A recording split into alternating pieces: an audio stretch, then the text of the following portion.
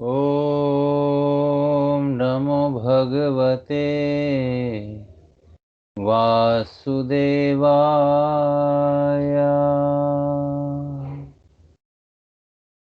ॐ नमो भगवते वासुदेवाय।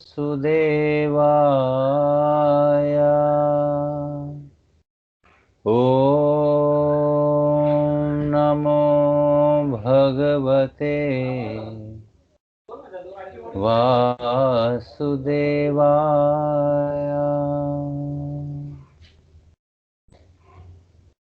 ॐ अज्ञानतिमिरन्धस्य ज्ञानाञ्जनशलाकया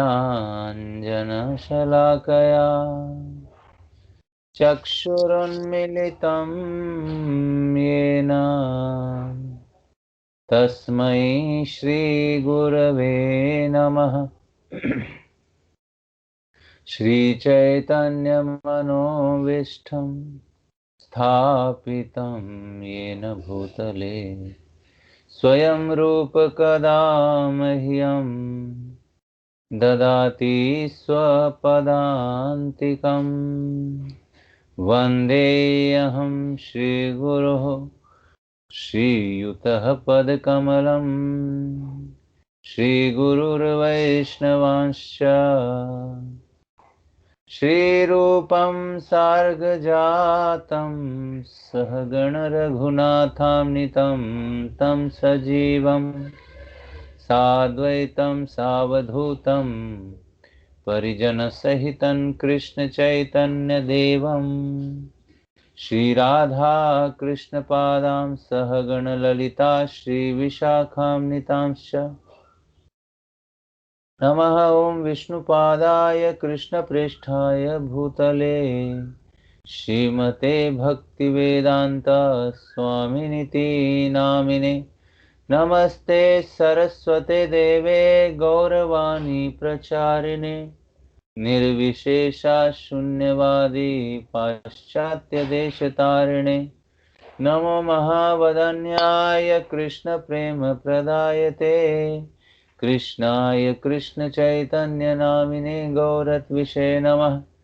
हे कृष्ण करुणा सिंधु दीनबंधु जगतपते गोपेश गोपिका कांत श्री राधा कांत नमोस्तुते। तप्त कांचन गौरांगी श्री राधे वृंदावनेश्वरी वृषभानुसुते देवी प्रणमामि हरिप्रिये। वाञ्छाकल्पतरुभ्यश्च कृपा सिन्धुभ्यैव च पतितानां पावनेभ्यो वैष्णवेभ्यो नमो नमः। जय श्री कृष्ण चैतन्य प्रभु नित्यानंद श्री अद्वैत गदाधर शिवासदि गौरभक्तवृंदा। हरे कृष्ण कृष्ण कृष्ण हरे हरे हरे राम राम राम हरे हरे। हरे कृष्ण कृष्ण कृष्ण हरे हरे हरे राम राम राम हरे हरे। हरे कृष्णा कृष्णा कृष्ण हरे हरे हरे राम राम राम हरे हरे।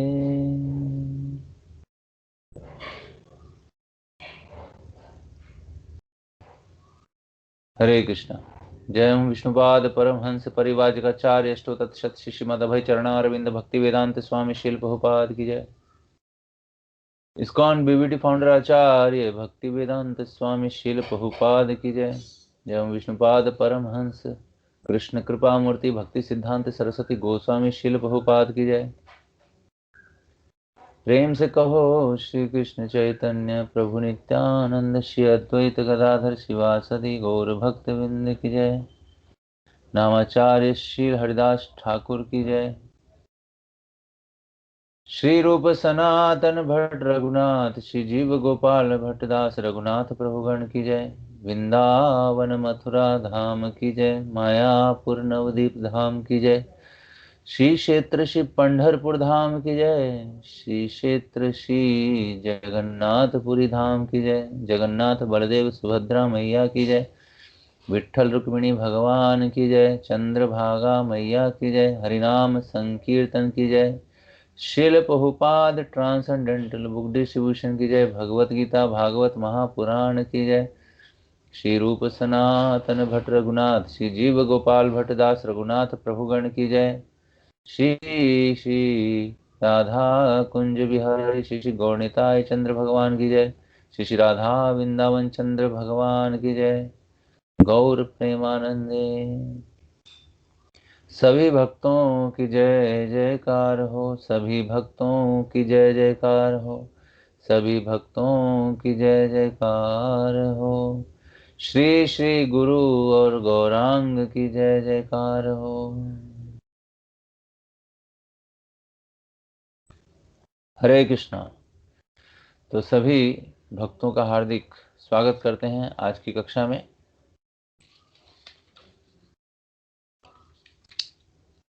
तो श्री रूप गोस्वामी द्वारा रचित उपदेशामृत ग्रंथ के श्लोक नंबर 3 को हम पढ़ रहे हैं।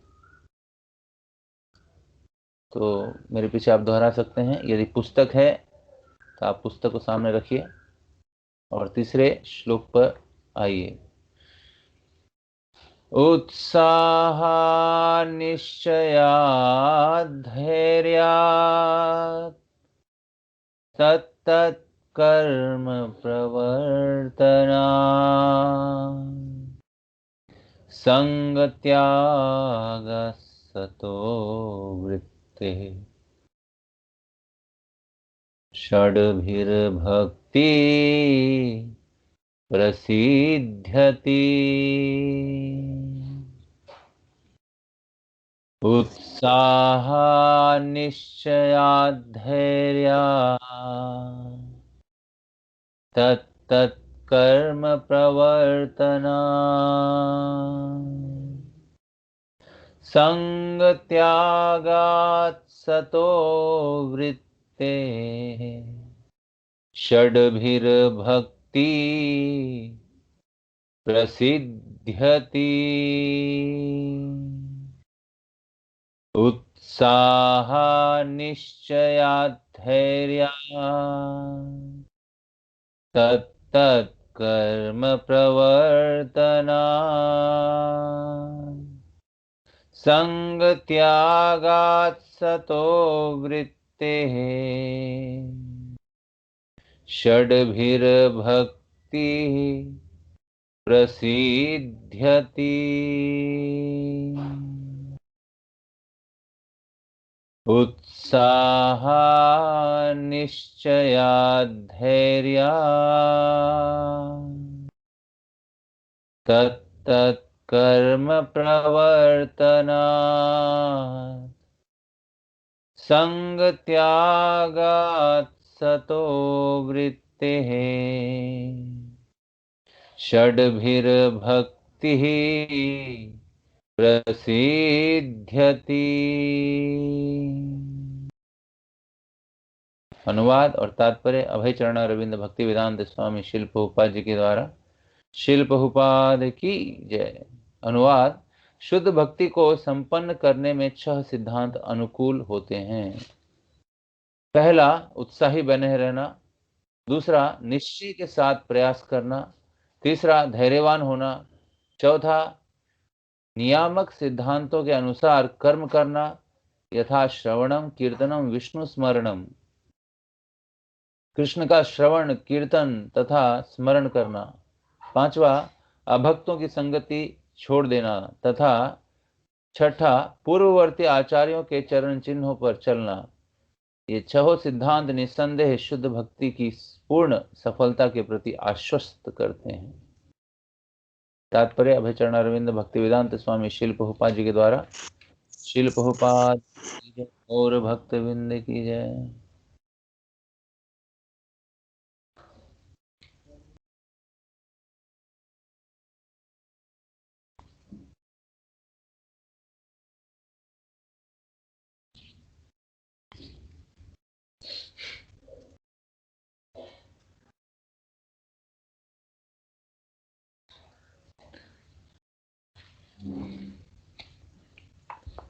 यह पुस्तक बहुत ही सुंदर हमारे भक्ति में हमें पूरी तरह से उत्साहित करने के लिए और भक्ति में बने रहने के लिए बहुत ही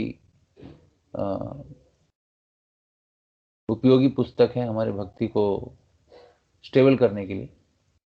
तो इसमें जो तीसरा श्लोक चल रहा है, इसमें बहुत ही सुंदर इस श्लोक के आधार पर प्रभुपाद जी ने तात्पर्य में इसको हमें कैसे आचरण में लाना है यह बताया है। तो आज हम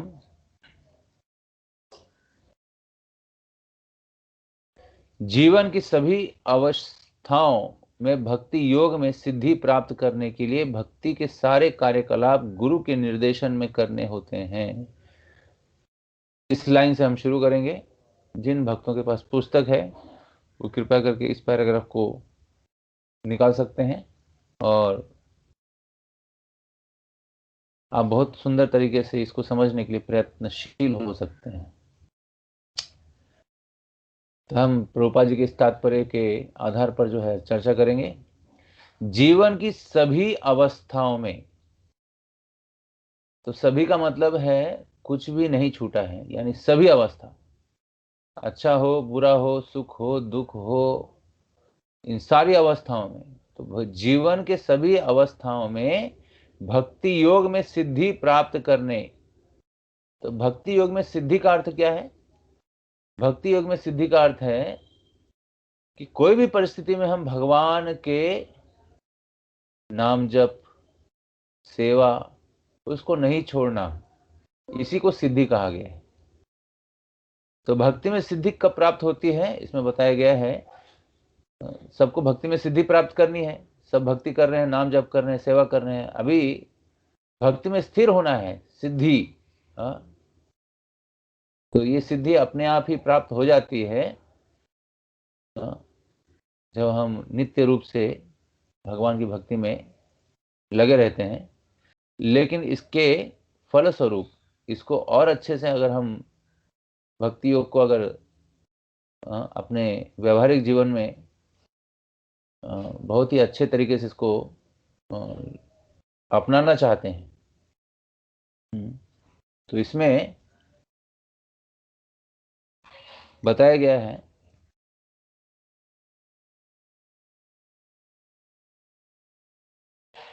कि सिद्धि प्राप्त करने के लिए भक्ति के सारे कार्यकलाप गुरु के निर्देशन में करने होते हैं। तो ये बहुत ही इंपॉर्टेंट पॉइंट है, इसको समझने का प्रयास कीजिए।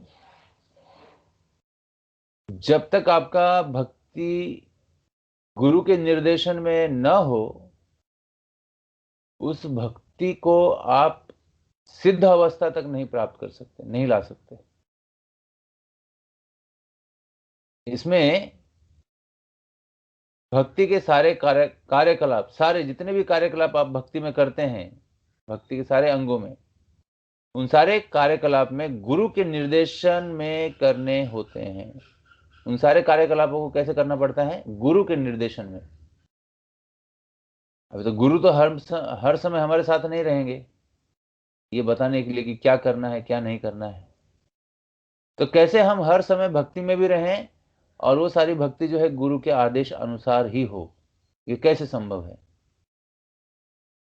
ये संभव हो सकता है यदि हम गुरु के निर्देशन को अपने जीवन का केंद्र बना लें, लक्ष्य बना लें कि हमें गुरु के निर्देशन के ऊपर ही चलना है। तो यदि गुरु के निर्देशन के ऊपर चलना है तो गुरु के द्वारा दिए गए जो प्रवचन हैं उसे हमें श्रवण करना चाहिए। रोज कम से कम 1 घंटा अपने गुरु के, जब हम वचन सुनेंगे प्रवचन सुनेंगे, तो उन प्रवचनों में ही गुरु के आदेश हमारे लिए छुपे होते हैं। और जब हम श्रवण करते हैं तो वो उपदेश जो है हमारे हृदय के अंदर परमात्मा के रूप में वो हमें पूरी तरह से प्रकट करवा देते हैं, रिवील करवा देते हैं कि तुम्हें क्या करना चाहिए। तो ऐसा कभी कभी कई लोग बोलते हैं, नहीं हम तो गुरु जी से ज़्यादा मिलते नहीं हैं, वो कभी कभी आते हैं तो हम आते हैं प्रवचन में बैठते हैं सुनते हैं। तो कैसे हम समझ सकते हैं कि गुरु ने हमारे लिए क्या निर्देश दिए हैं? तो इसको अगर जानना है तो आपको नित्य रूप से जो है कम से कम 1 घंटा रोज आपको गुरु जी के प्रवचनों को सुनना होगा। यह अत्यंत आवश्यक है कि हम गुरु के प्रवचनों को, वचनों को सुने। कई लोग सुनते ही नहीं है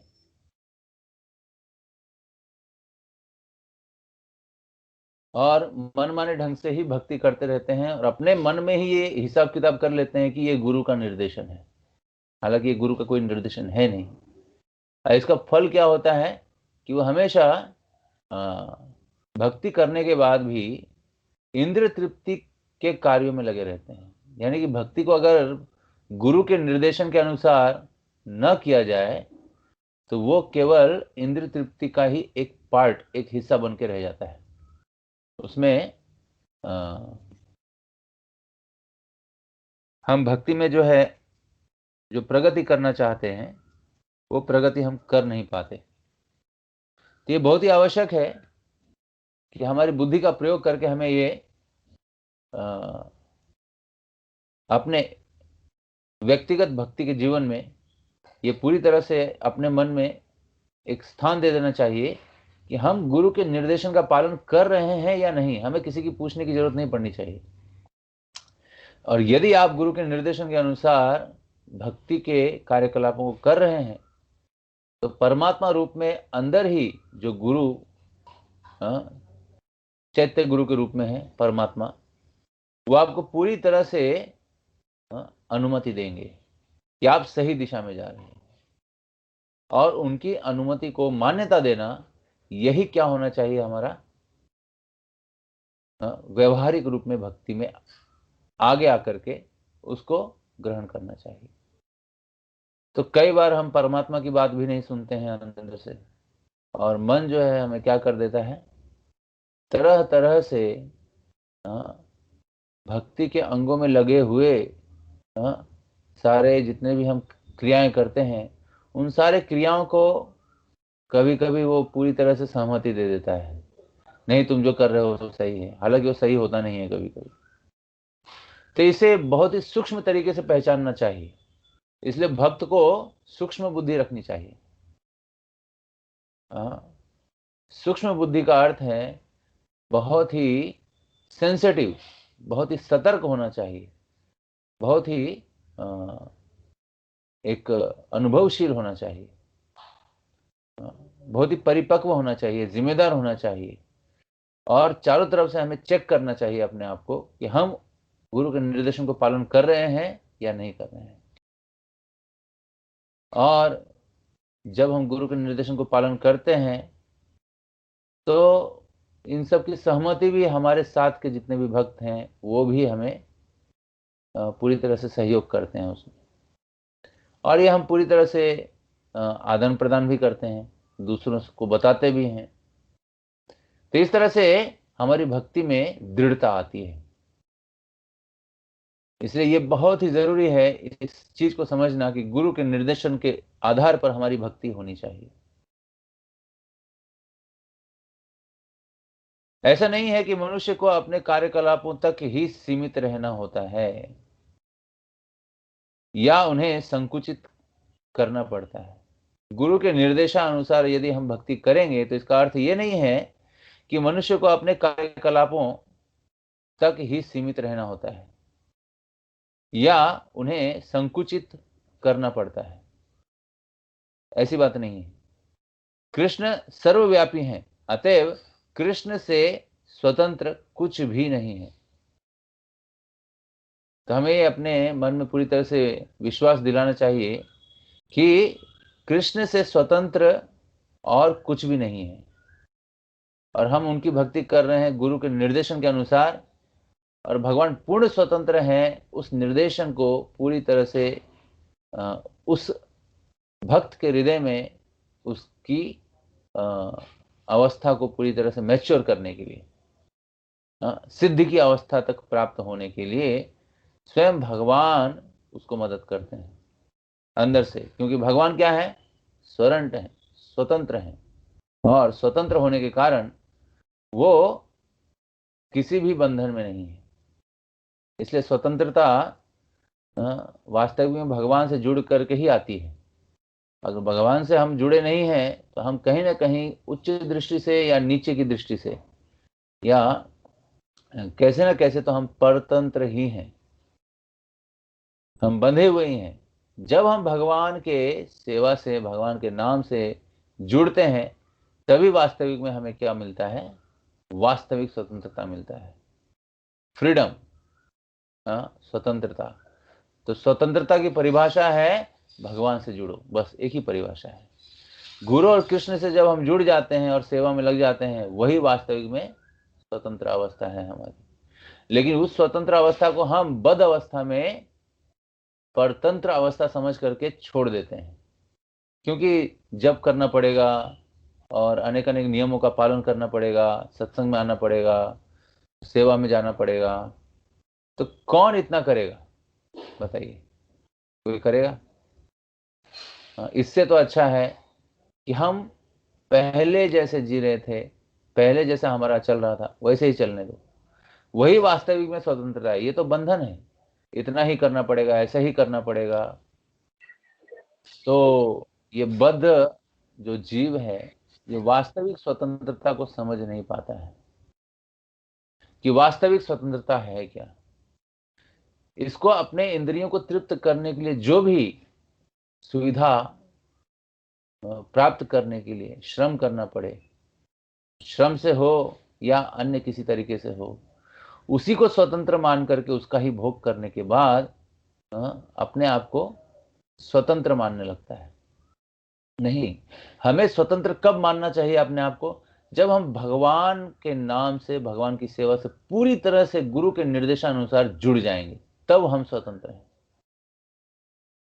और वह स्वतंत्रता जो है असली स्वतंत्रता है, क्योंकि उस स्वतंत्रता के बाद फिर हम कभी नहीं बंधते, हमें कोई बांध भी नहीं सकता। तो ये स्वतंत्रता की परिभाषा है। आगे कहते हैं कृष्ण सर्वव्यापी हैं, अतएव कृष्ण से स्वतंत्र कुछ भी नहीं है। जैसा कि कृष्ण स्वयं भगवद गीता में 9वें अध्याय के 4थे श्लोक में कहते हैं। तो स्वयं भगवान श्री कृष्ण इस तथ्य की पुष्टि करते हैं भगवद गीता के 9वें अध्याय के 4थे श्लोक में। तो इस श्लोक को हमें याद करना चाहिए। मया तदमिदं सर्वं जगत अव्यक्त मूर्तिना मत्स्थानि सर्वभूतानि न चाहं तेषवस्थितः। बहुत ही सुंदर श्लोक है, 9वें अध्याय का 4था श्लोक भगवद गीता का, जिसे आप सब लोग याद कर सकते हैं अर्थ के साथ। इसका अर्थ हम पढ़ेंगे। यह संपूर्ण ब्रह्मांड मेरे अव्यक्त रूप में मेरे द्वारा व्याप्त है। तो इस श्लोक के अर्थ में भगवान बताना चाहते हैं कि यह संपूर्ण ब्रह्मांड जो है, सृष्टि जो है, संसार जो है, ये मेरे अव्यक्त रूप में, अर्थात भगवान के अव्यक्त रूप में जो है, ये पूरी तरह से व्याप्त है।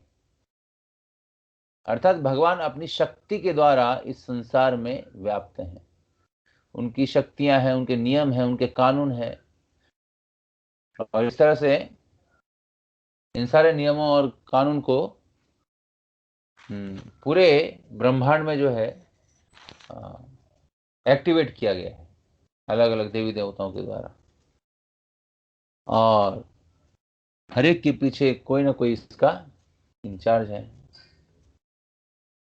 तो इस तरह से हमें समझना चाहिए कि ये सारी सृष्टि में भगवान जो है अव्यक्त रूप से अपने नियमों के द्वारा व्याप्त हैं, और सारे जीव मुझ में हैं। और सारे जीव किस में है? भगवान बोल रहे हैं मुझ में है ना। मया तदमिदम सर्वम जगत अव्यक्त मूर्तिना मत स्थानी सर्वभूतानि न चाहम तेष अवस्थित। अर्थात सारे जीव मुझ में है, तो सारे जीव भगवान में है। आपने भगवान का विराट रूप देखा होगा, महाभारत के युद्ध क्षेत्र में अर्जुन को भगवान ने दिखाया था। तो उस विराट रूप में ही संसार के सारे जितने भी जीव हैं वो पूरी तरह से क्या है, कार्यरत है, यानी उसमें ही है, भगवान में ही है। यानी हम समझ सकते हैं कि ये सारी सृष्टि जितना भी हम कुछ देख रहे हैं, ये सब सृष्टि जितना भी कार्य चल रहा है, जो भी कुछ चल रहा है, ये सब कुछ भगवान के अंदर है, भगवान से बाहर कुछ भी नहीं है। लेकिन फिर भी भगवान क्या बोलते हैं, मैं उस जीव में नहीं हूं, क्योंकि भगवान अपनी शक्ति के द्वारा, परमात्मा रूप के द्वारा व्याप्त होते हैं सारे जीव के हृदय में और शक्ति के रूप में। इसलिए भगवान स्वयं वहां पर नहीं है, लेकिन फिर भी सारे जीव भगवान के अंदर हैं, लेकिन मैं उनमें नहीं हूं, ऐसा भगवान बोलते हैं, है ना। सारे जीव मुझ में हैं, लेकिन मैं उनमें नहीं हूं, है ना। जैसे 4 वर्ण और 4 आश्रम बनाए गए हैं भगवान के द्वारा इस संसार में, लेकिन भगवान क्या बोलते हैं, ये 4 वर्ण और 4 आश्रम जो भी मैंने बनाए हैं, तो मैंने इसको इसलिए बनाए हैं क्योंकि संसार के सारे जीव जो हैं इस वर्ण और आश्रम के अनुसार आदान प्रदान कर सकें, अपने जीवन को पूरी तरह से सुखी कर सकें। लेकिन बाद में क्या बोलते हैं भगवान कि ये सारा कुछ मैंने दिया है, वर्ण और आश्रम मैंने इसका सृजन किया है, मैंने इसको बताया है, लेकिन मैं इस वर्ण और आश्रम में नहीं हूं, मैं इस वर्ण और आश्रम से परे हूं। अर्थात वर्ण और आश्रम जो है वो भगवान में है, लेकिन भगवान उसमें नहीं है। तो इस तरह के तथ्य को हमें थोड़ा समझने का प्रयास करना चाहिए। प्रामाणिक गुरु के निर्देशन में मनुष्य को हर वस्तु कृष्ण की सेवा के लिए अनुकूल बनानी चाहिए। प्रामाणिक गुरु लिखा गया है यहाँ पे। गुरु तो हम बोलते ही हैं, सुनते ही हैं, हर जगह गुरु की आवश्यकता है। कोई भी चीज आपको सीखना है तो उसके लिए गुरु की आवश्यकता होती है। लेकिन यहाँ पर प्रामाणिक गुरु बोला गया है। प्रामाणिक गुरु का अर्थ क्या है, जो किसी भी शिक्षा में बदल न करे, जैसा भगवान ने बताया है, ओरिजिनल जो ज्ञान जहां से आया है, जिस तरह से आया है, उसको उसी तरह से प्रस्तुत करना, ये प्रामाणिक गुरु का सबसे पहला कार्य है। और शिल प्रभुपाद जी ने वही कार्य किया कि अपनी प्रामाणिकता उन्होंने अपने आचार्यों, अपने गुरु से जो भी सीखा था, जो भी पढ़ा था, जो भी उनके द्वारा अलग अलग तरीके से लिखा गया था, उसी चीज को उन्होंने बहुत ही सरल तरीके से हम सब तक पहुंचाने के लिए प्रयास किया है। तो हम सब देख सकते हैं शिल प्रभुपाद जी एक प्रामाणिक गुरु के आधार पर उसको जैसा आचार्यों का जो संदेश है वैसे का वैसे ही वो आगे दे रहे हैं। तो शिल प्रभुपाद जी एक उदाहरण देते हैं कि वास्तविक जो पोस्टमैन होता है, ये पोस्टमैन चिट्ठी को डिलीवरी करता है एड्रेस देख करके, लेकिन उस चिट्ठी के अंदर क्या लिखा हुआ है वो कभी पढ़ करके खोल करके देखता नहीं है। यही है प्रामाणिकता, कुछ बदल नहीं करता है, जैसा वो चिट्ठी है उस एड्रेस पर उसको पहुंचा दो। तो वही शिल प्रभुपाद जी ने भी किया है, कृष्ण के वचनों को, चैतन्य महाप्रभु के आंदोलन को जैसा चैतन्य महाप्रभु ने शुरू किया था, कृष्ण ने जैसा ज्ञान दिया था, आचार्यों के माध्यम से उसी ज्ञान को उसी तरह से आगे जाकर के उन्होंने हम तक पहुंचाया। ये शिल प्रभुपाद जी की बहुत बड़ी कृपा है कलयुग के बद्ध जीवों के ऊपर। उस ज्ञान को कुछ भी तोड़ा मड़ोड़ा नहीं और यथारूप में उस ज्ञान को हम तक पहुंचाने के लिए प्रयास किया। तो यह उद्देश्य जो है प्रामाणिक गुरु का, ये उद्देश्य एक ही है कि सब तक भगवान का ज्ञान पहुंचे। उसमें मेरा कोई मन का कोई सोचा हुआ कुछ लिखा हुआ नहीं है, ये सब आचार्यों का लिखा हुआ है। इसलिए ये प्रामाणिकता भक्ति में बहुत ही आवश्यक है। यदि हम प्रामाणिकता से भक्ति नहीं कर रहे हैं तो हमें उस भक्ति का आगे जाकर के कोई सिद्धि प्राप्त नहीं होगी, कोई लाभ प्राप्त नहीं होगा, श्रम एव ही केवलम हो जाएगा। तो हम सब जो अभी बहुत अच्छे तरीके से जुड़े हुए हैं शिल प्रभुपाद जी के मिशन में, इस्कॉन के माध्यम से, और हमें कई पुस्तकें भी पढ़ने के लिए सब फैसिलिटी दी गई है। पुस्तकें हैं, भगवान के विग्रह हैं, आरती, पूजा, कीर्तन, प्रसाद, फेस्टिवल, अलग अलग प्रचार के केंद्र, प्रोग्राम्स और अनेक अनेक और भी चीज़ें, यात्राएं, ये सब कुछ जो है इस्कॉन के माध्यम से फैसिलिटेट किया गया है, क्योंकि हम सब उसमें पार्टिसिपेट करके जुड़ सकें और भक्ति में आगे आकर के हम उस भक्ति को पूरी तरह से अपना सकें। तो इस्कॉन के माध्यम से प्रामाणिकता का एक सबसे बड़ा, प्रामाणिक गुरु के निर्देशानुसार हम कैसे भगवान की सेवा में लग सकते हैं, इसमें जुड़ने के लिए इस्कॉन का जो एक केंद्र है उसके अंदर सारी फैसिलिटी जो है उपलब्ध कराई गई है। और यदि आप इस्कॉन से जुड़ते हैं तो आपको भगवान के द्वारा जो है जुड़ी हुई जितनी भी सेवाएं हैं वो करने के लिए आपको प्राप्त होती है। और अनेक अनेक पुस्तक वितरण, यात्राएं, प्रचार, फंड कलेक्शन, ये सारी चीज़ें जो है वैरायटी में जुड़ी हुई है। तो सब लोग जो है हम भगवान के सेवा से इस तरीके से जुड़ सकते हैं। तो ये जो है एक्टिवेट, एक्टिवेशन मतलब भक्ति को कैसे एक्टिवेट करना चाहिए ताकि हम उसको अपने व्यवहारिक जीवन में ला सकें। इसलिए हमें सत्संग से और सेवा से जुड़ना चाहिए। कई बार होता यह है कई बार मंदिर में आते हैं और मंदिर में आने के बाद हम केवल कुछ अपने ही मतलब सिद्ध करने के लिए आते हैं और हम सही तरीके से सत्संग में भी बैठते नहीं हैं और सत्संग में जो बताया जा रहा है उसको भी सीखते नहीं हैं और हम अनजान ही बने रहते हैं, जानबूझ करके या अनजान में। लेकिन यह हमारे लिए बहुत ही घातक है यदि हम इस्कॉन से जुड़े हुए हैं और हम सही तरीके से इस्कॉन के ज्ञान को, इस्कॉन में जो पद्धति है उस पद्धति को अपनाए बिना यदि हम प्रामाणिकता से सेवा से जुड़ ना पाए तो हमारा जो भी श्रम है, हमारा जुड़ना है, वो पूरी तरह से सफल नहीं हो पाएगा। इसलिए हम जिससे भी जुड़ते हैं उसमें सफल होने का रहस्य क्या है कि उसकी क्रियाओं से जुड़िए, उसके ज्ञान से जुड़िए। तब जाके हमें बहुत ही एक आनंद का अनुभव होगा कि हम जुड़ करके कुछ ना कुछ क्या कर रहे हैं,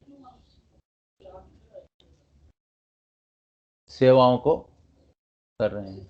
और ऐसे थोड़े थोड़ा सेवा करते हुए हमें एक प्रामाणिकता से सेवा को सीख करके उसे औरों को बताने के लिए जिम्मेदार बन जाना चाहिए।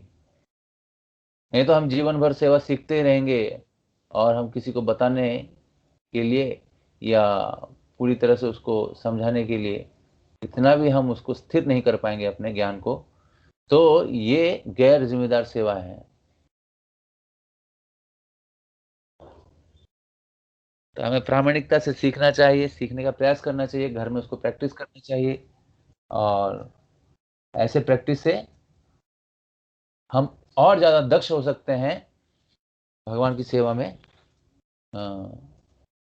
जुड़ सकते हैं। तो कृष्ण भक्त को क्या होना चाहिए? दक्ष होना चाहिए, लेजी नहीं होना चाहिए। सेवाओं को तुरंत करने का प्रयास करना चाहिए क्योंकि सेवा अपराध भी आता है। जब हम भक्ति से जुड़ते हैं, सत्संग से जुड़ते हैं, सत्संग सुनते हैं और एक दिन, हमारे पहले दिन से हम 6 महीने के हो जाते हैं, कभी 1 साल के हो जाते हैं, हमें भक्ति में जुड़ करके 1 साल हो गया, तो क्या हमने सीखा? ये कभी कभी हमें चेक करना चाहिए। कई लोग जो है बाहरी तरीके से जुड़ते हैं, बाहरी तरीके से जुड़ने का अर्थ क्या है? बाहरी तरीके से जुड़ने का अर्थ है कि वो खुद अपने व्यवहारिक जीवन में उन सेवाओं को एक्टिवेट नहीं करते हैं। वो सोचते हैं उसको करना चाहिए, हमारे करने की आवश्यकता नहीं है, हम क्यों करें।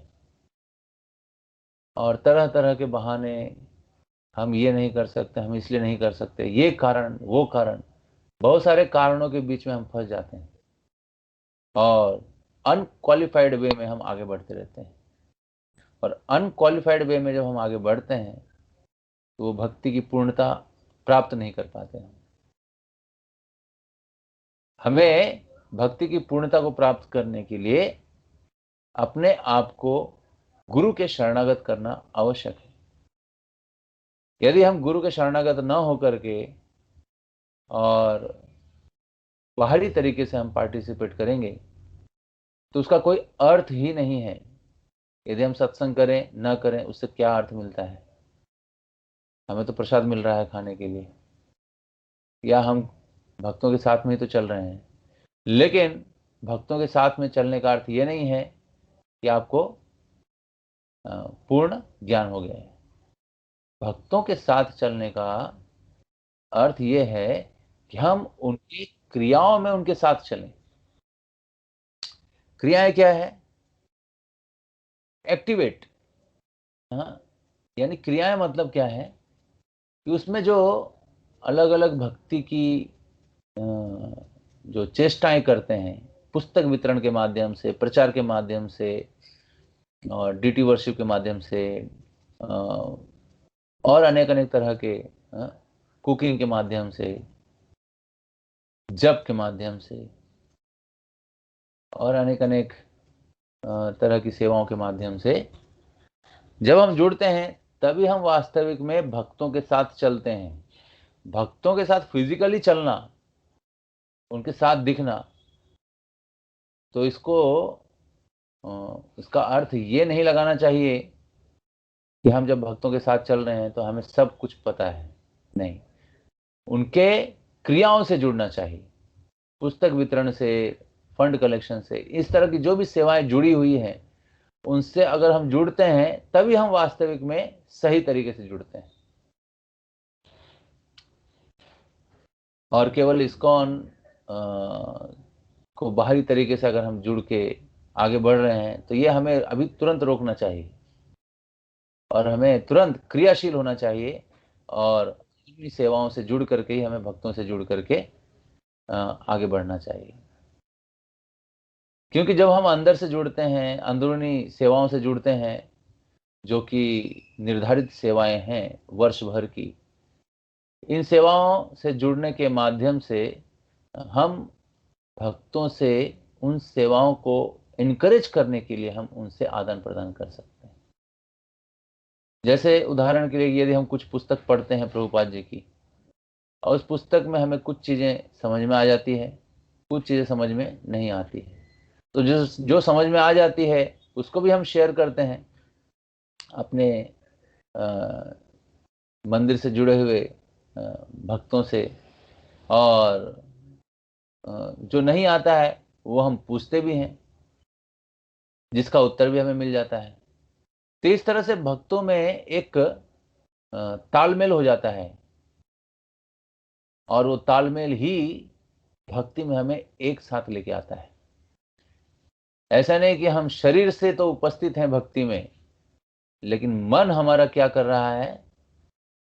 अलग जगह पे भ्रमण कर रहा है।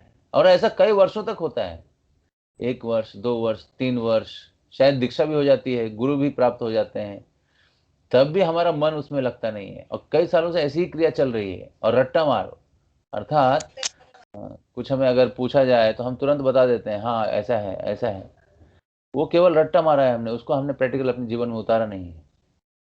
किसी को पूछ लिया, कुछ कुछ फिलॉसफी पूछ ली, कुछ तत्व ज्ञान पूछ लिया, क्या लिखा है वो बता देंगे, लेकिन कभी भी सेवा से जुड़ेंगे नहीं। तो ऐसे भी कुछ लोग हैं जो अपने आप को इतना फैसिलिटेट करने के बाद भी अनजान बन करके अपने भक्ति में जीवन को पूरी तरह से सत्यानाश कर देते हैं। तो यहाँ पर वही बताया गया है कि हमें गुरु के निर्देशानुसार अपनी भक्ति में कार्यों को करना चाहिए, और इस तरह से अगर हम करेंगे तो हमें क्या प्राप्त होगी? सिद्धि प्राप्त होगी, अन्यथा कोई सिद्धि नहीं, और केवल श्रम ही होता रहेगा, और उस श्रम के माध्यम से हमें अनेक अनेक भौतिक वस्तुओं में लाभ होगा, और उसको ही लोग क्या करते हैं? भक्ति में सक्सेस मानते हैं। भक्ति में आने के बाद नाम जब शुरू करके जब भक्ति में आते हैं, दर्शन करते हैं, तो कुछ उनके साथ चमत्कार हो जाता है। शायद नौकरी मिल जाती है, पैसे आ जाते हैं, घर बन जाता है, समाज में अच्छा मान सम्मान हो जाता है, और अनेक अनेक आदान प्रदान भी हो जाते हैं भौतिक दृष्टि से, और भौतिक उपलब्धियां भी प्राप्त हो जाती हैं। इन परिस्थितियों से हम भक्ति में क्षेत्र में आगे बढ़ रहे हैं या नहीं बढ़ रहे हैं, इसका अंदाजा हम नहीं लगा सकते। लेकिन हम भक्ति के जो बेसिक फंडामेंटल्स है, जिसके ऊपर भक्ति टिकी हुई है, उसके आधार पर अगर यदि हमारा जीवन है, तब इन भौतिक जितनी भी उपलब्धियां हमारे पास आएंगी, उन उपलब्धियों को हम भगवान की सेवा में कैसे लगाएं, यही हम देखेंगे। लेकिन कभी कभी क्या होता है कि भक्ति में आने के बाद सारी भौतिक उपलब्धियां मिल जाती हैं, और उन उपलब्धियों को ही हम सफल मान करके उतने तक ही सीमित हो जाते हैं, उससे आगे हम बढ़ते ही नहीं हैं। न कभी सत्संग में आते हैं, टाइम ही नहीं मिलता, बहुत सारे एंगेज हो जाते हैं, बहुत बिजी हो जाते हैं। तो ये हमारे लिए अच्छा नहीं है। यानी कि ये हमारे साथ भक्ति में भी क्या हो रहा है? धोखा हो रहा है। इस धोखे को समझने के लिए हमारे पास बुद्धि चाहिए। भक्ति में धोखा होने का अर्थ क्या है? कि हमें भौतिक चीजें बहुत सारी मिल गई और हम भक्ति से बहुत लंबे चले गए। हाँ, लेकिन कुछ कुछ माला करते हैं, कभी आते हैं, देखते हैं समय मिलेगा तो, और इस तरह से भौतिक उपलब्धियों को ही पूरी तरह से संभालने में या उससे जुड़ करके हमें अपने जीवन को आगे बढ़ाने के लिए हम अग्रसर हो जाते हैं। तो ये क्या है?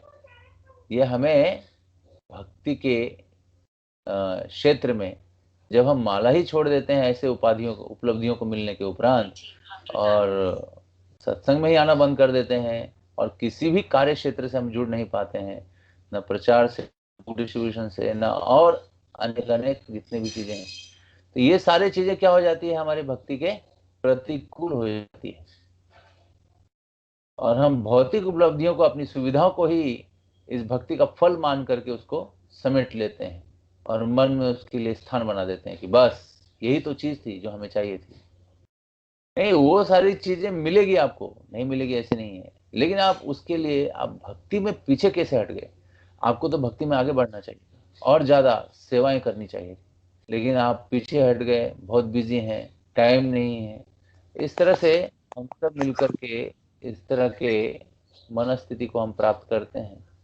तो जब तक गुरु का निर्देश नहीं होगा, गुरु के लिए हम समर्पित भाव से अपने भौतिक उपलब्धियों को और अपने कार्य क्षेत्र को, भक्ति में जो भी सेवाएं हैं, उन दोनों को एक साथ जब लेके नहीं चलेंगे, तब तक हम गुरु के निर्देशन को पालन नहीं कर रहे हैं।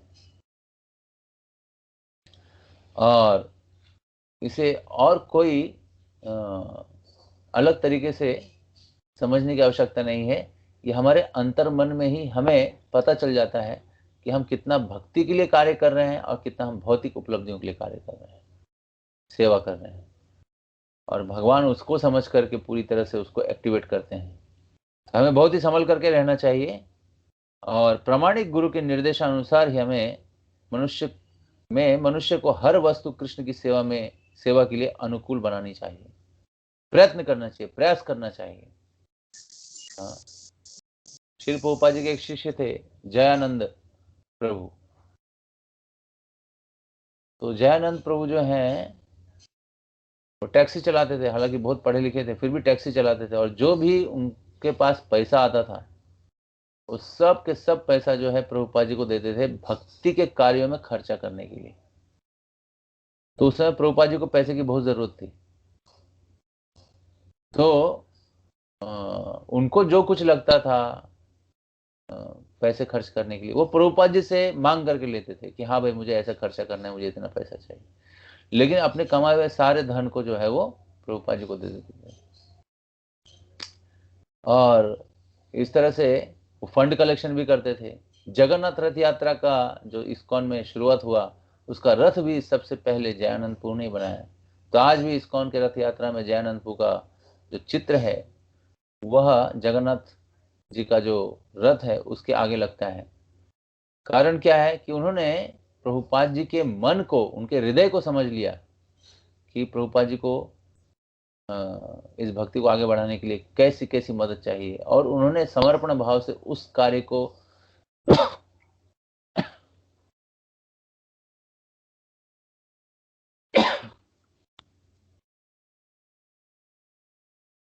पूरी तरह से समझ करके उनको मदद किया उन्होंने। इसी को समर्पण कहते हैं। आज हमारा समर्पण भाव ही नहीं है, केवल हम एक बोल सकते हैं समाज में एक स्टैंड लेने के लिए कि हम किससे जुड़े हैं, कहाँ से जुड़े हैं, कैसे जुड़े हैं, बस एक आइडेंटिफिकेशन के लिए हम जुड़ते हैं। लेकिन ये आइडेंटिफिकेशन हमें बहुत आगे महंगी पड़ेगी, क्योंकि जो मूल तत्व है वो उस मूल तत्व तक हम पहुंचे ही नहीं।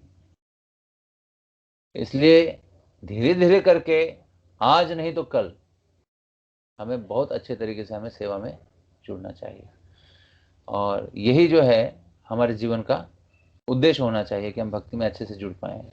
उदाहरणार्थ, इस समय हम डिक्टाफोन,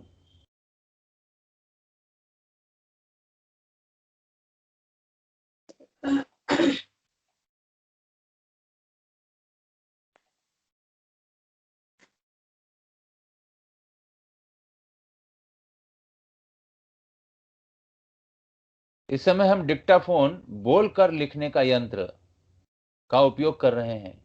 जिस भौतिकतावादी ने इस यंत्र का आविष्कार किया, किसी व्यक्ति ने किया होगा इसका आविष्कार, किसी ने बनाया होगा इस डिक्टाफोन को। तो डिक्टाफोन को जो बनाने वाला व्यक्ति है, जिस भौतिकतावादी ने इस यंत्र का आविष्कार किया है, उसने इसे व्यापारियों या सांसारिक विषयों पर लिखने वालों के लिए बनाया था। यानी संसार के जो भी लोग हैं इसको इस्तेमाल करके इसको यूज करना है, इसके लिए बनाया होगा। लेकिन निश्चित रूप से उसने इस डिक्टाफोन का उपयोग भगवान की सेवा के लिए किए जाने के विषय में नहीं सोचा होगा। यानी उसने ये सोच कर नहीं बनाया होगा कि ये भगवान की सेवा में लगेगा, भगवान की सेवा करेंगे। लेकिन हम इसका उपयोग कृष्ण भावना भावित साहित्य लिखने के लिए कर रहे हैं। तो देखिए, ये होता है कृष्ण भावना का अर्थ, कि हमारे पास जो भी उपलब्धियां हैं, जो भी ज्ञान है, जो भी चीजें हैं, उनको कैसे भगवान की सेवा में लगाया जाए। यदि हम नहीं लगा पा रहे हैं तो ये हमारा सबसे बड़ा क्या है,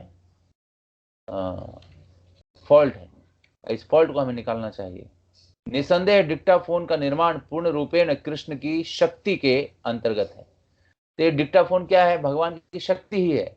इस यंत्र के सारे भाग, जिसमें इसके इलेक्ट्रॉनिक कार्य भी सम्मिलित हैं, तो जिसमें इसके इलेक्ट्रॉनिक कार्य भी सम्मिलित हैं, भौतिक ऊर्जा के 5 मूलभूत प्रकारों भूमि, जल, अग्नि, वायु तथा आकाश के विभिन्न संयोग एवं अंतर क्रियाओं से बने हुए हैं। यानी ये प्रकृति के अनेक अनेक जितने भी उसके पदार्थ हैं, उसके द्वारा यह डिक्टाफोन बनाया गया है। अन्वेषक ने इस जटिल यंत्र को तैयार करने में अपना मस्तिष्क लगाया है, किंतु उसका मस्तिष्क तथा सारे अवयव कृष्ण द्वारा प्रदान किए गए हैं। तो जो भी उसने दिमाग लगाया, उस वस्तु को लिया, उस पदार्थ को लिया और उसने कुछ बनाया, तो उसने ये कहां से इंग्रेडिएंट्स लाए, वो तो भगवान के द्वारा ही दिए गए। कृष्ण के कथन मत स्थानी सर्वभूतानी के अनुसार प्रत्येक वस्तु मेरी शक्ति पर आश्रित है। तो भगवान की शक्ति के आधार पर ही सब कुछ आश्रित है। इस प्रकार भक्त समझ सकता है कि चूंकि कृष्ण की शक्ति से कोई भी वस्तु स्वतंत्र नहीं है। कृष्ण की शक्ति से कोई भी वस्तु स्वतंत्र नहीं है। अतएव प्रत्येक वस्तु को उन्हीं की सेवा में लगाना चाहिए। जैसे गंगा के पानी को हम गंगा में ही अर्पण करते हैं, गंगा में जा करके, उसी तरह से भगवान की ही वस्तु है, उसको अलग अलग तरीके से हमने बनाया है सुविधा के लिए, उस सुविधा को हमें भगवान की सेवा में लगाना चाहिए। इसी को भक्ति कहा गया है। ये भक्ति का सरल अर्थ है। तो इस सरलता को हमें सीखना चाहिए। और जैसे हम भोजन बनाते हैं, वो भगवान को भोग लगाना चाहिए।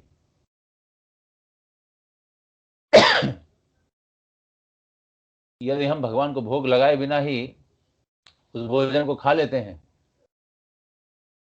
तो जिसने इंग्रेडिएंट्स दिया है, आटा, दाल, चावल, अग्नि, हमारे पास बुद्धि दी है उसको बनाने के लिए, शरीर में शक्ति दी है उसको बनाने के लिए, लेकिन उसको हम बना करके भगवान को अर्पित नहीं करते हैं और खुद खा लेते हैं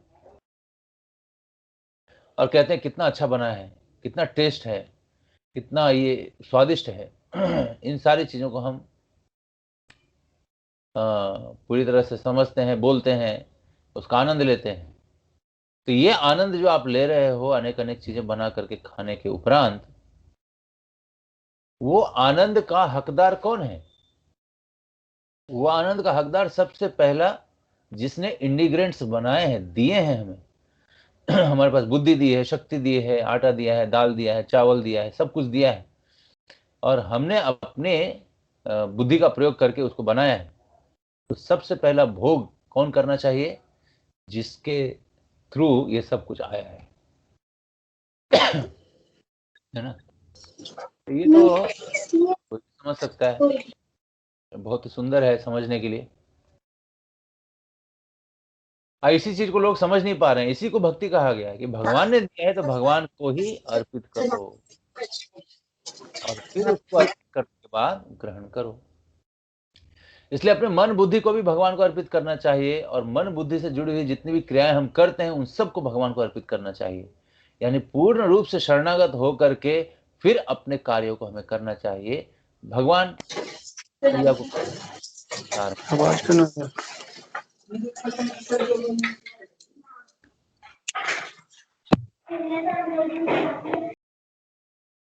इस क्रिया को जब हम करेंगे तब हमारी भक्ति की सुंदर शुरुआत हो जाएगी और हम भक्त बनने के लिए एक स्टेप आगे आ जाएंगे। ऐसी को हमें अभ्यास करना है अपने घर में, अपने जीवन में, अपने परिवार में, अपने मित्रों में, अपने भक्तों के संगों में। और इस तरह से भक्त संग जब जितना ज्यादा होगा क्रियाओं में, भक्तों का संग क्रियाओं में होना चाहिए, फिजिकली नहीं होना चाहिए। हम आए मंदिर में कुछ और अपनी भौतिकतावादी कुछ बातें कर रहे हैं या कुछ अलग तरीके से उसको ढाल रहे हैं, इन सारे चीजों से हमें दूर होना चाहिए। इसको प्रजल्प कहा गया है। ऐसे प्रजल्प से हमें दूर रह करके भगवान की शिक्षाओं से और भगवान की सेवाओं से जुड़ना चाहिए। इसके लिए आप पूरी तरह से सत्संग से जुड़ करके आप जो है पूरी तरह से इसको अपने जीवन में एक्टिवेट कर सकते हैं।